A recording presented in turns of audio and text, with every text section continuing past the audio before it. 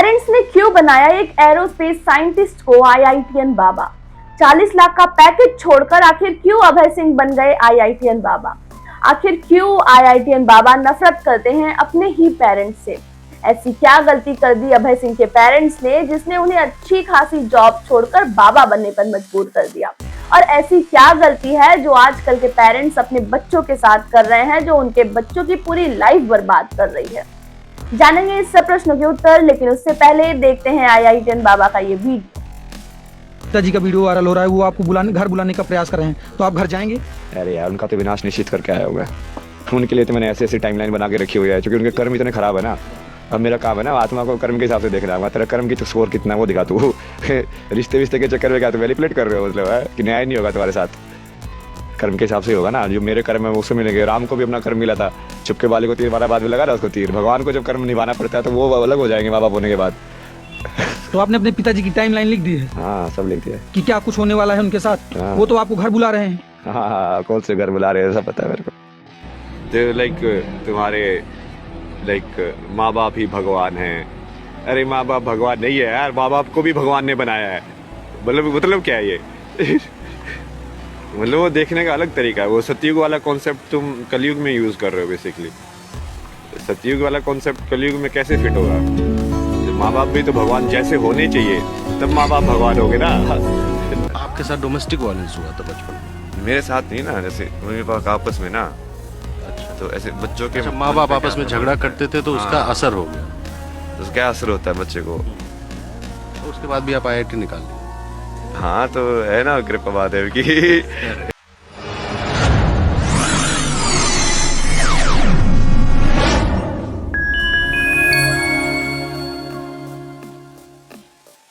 Hello नमस्कार, मैं आपकी मिस प्रॉब्लम एक बार फिर से हाजिर हूँ एक और प्रॉब्लम के साथ। अब अगर पाना है प्रॉब्लम का सॉल्यूशन तो जल्दी से चैनल को सब्सक्राइब करो विदाउट एनी हेजिटेशन। वीडियो में दिख रहे शख्स जो कि आजकल इंटरनेट पर आईआईटीएन बाबा के नाम से फेमस हैं, इनके बारे में लगभग आप सब जानते ही होंगे। दरअसल प्रयागराज में चल रहे महाकुंभ में एक रिपोर्टर एक बाबा का इंटरव्यू ले रहे थे। उनकी अच्छी कम्युनिकेशन देखकर रिपोर्टर ने उनसे उनकी क्वालिफिकेशन के बारे में पूछा, तो बाबा ने कुछ ऐसा बताया जो अभी तक इंटरनेट पर सुर्खियों में है।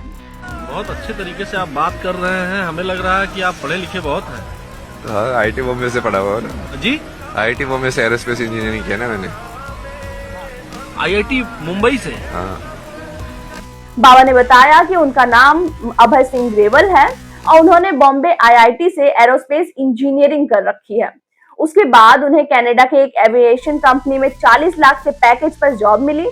लेकिन इतना सब कुछ हासिल करने के बाद अभय के मन को कभी शांति नहीं मिली और उनके अंदर की घुटन और बेचैनी समय के साथ बढ़ती गई।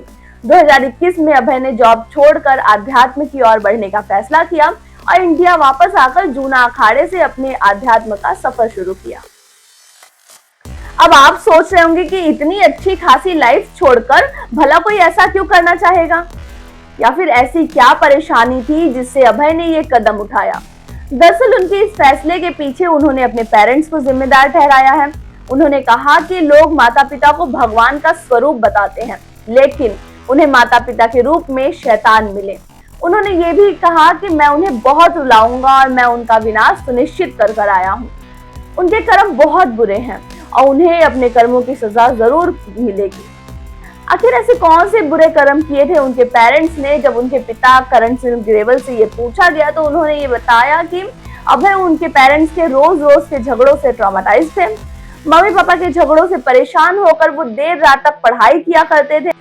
वो जो बचपन में ये जो ट्रॉमेटिक सिचुएशन थी, डोमेस्टिक वायलेंस वाला जो था, कि उस पर तुम्हारा क्या असर पड़ता है? आपके साथ हुआ? हाँ, तो जब मैंने वो फिल्म बनाई तो उसकी वजह से वो ज्यादा ही डीप में चला गया ना मैं।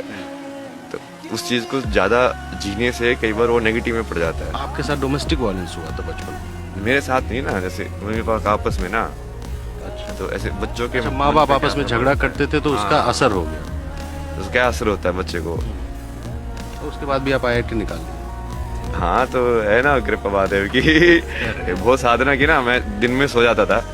मैं दिन में सब माया में क्यों पढ़ना है, स्कूल से आओ तो 5-6 बजे आके सो जाओ, रात को उठो 12 बजे जब सब शांत है, अब कोई लड़ाई वड़ाई करने वाला ही नहीं है। हमेशा कमरा से शांति ढूंढते थे। करो और अपनी पढ़ाई करो बैठ के। तो माँ बाप झगड़ा करते थे, आप पे इतना ज्यादा असर हो गया कि आप ट्रॉमा में चले गए। हाँ मतलब वो एक वजह हुई और फिर जैसे वो चीज़ इकट्ठी होती गई, वो हेल्पलेस वाली सिचुएशन में इसको बोलता हूँ।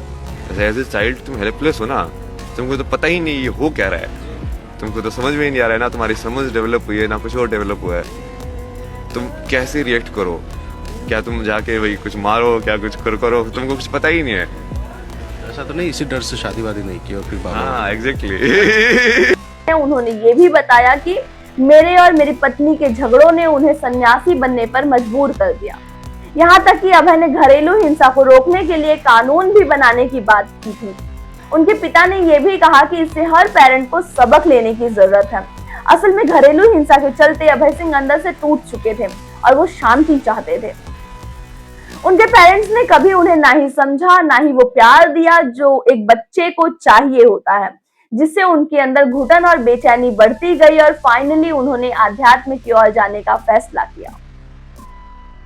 अब इन सब में सबसे इंपॉर्टेंट पॉइंट ये है कि पेरेंट्स के आपस के झगड़े कैसे उनके बच्चों का भविष्य बिगाड़ रहे हैं। बच्चों के सामने झगड़ा करना, मारपीट करना आपके बच्चे को मेंटल ट्रॉमा में ले जाता है और बच्चा मानसिक रूप से घुटने लगता है। वो हमेशा डरा सहमा सा रहता है और सोसाइटी से दूर होने लगता है और फिर वो उस अकेलेपन का शिकार हो जाता है जिससे वो कभी बाहर नहीं आ पाता। अपने बच्चों के लिए अच्छे पेरेंट्स बने, उन्हें वो प्यार दें जो उनके लिए जरूरी है, उन्हें बराबर टाइम दें और उन्हें समझने की कोशिश करें कि उन्हें क्या पसंद है, क्या उनके लिए सही है, क्या नहीं, कौन सी चीज उन्हें परेशान कर रही है।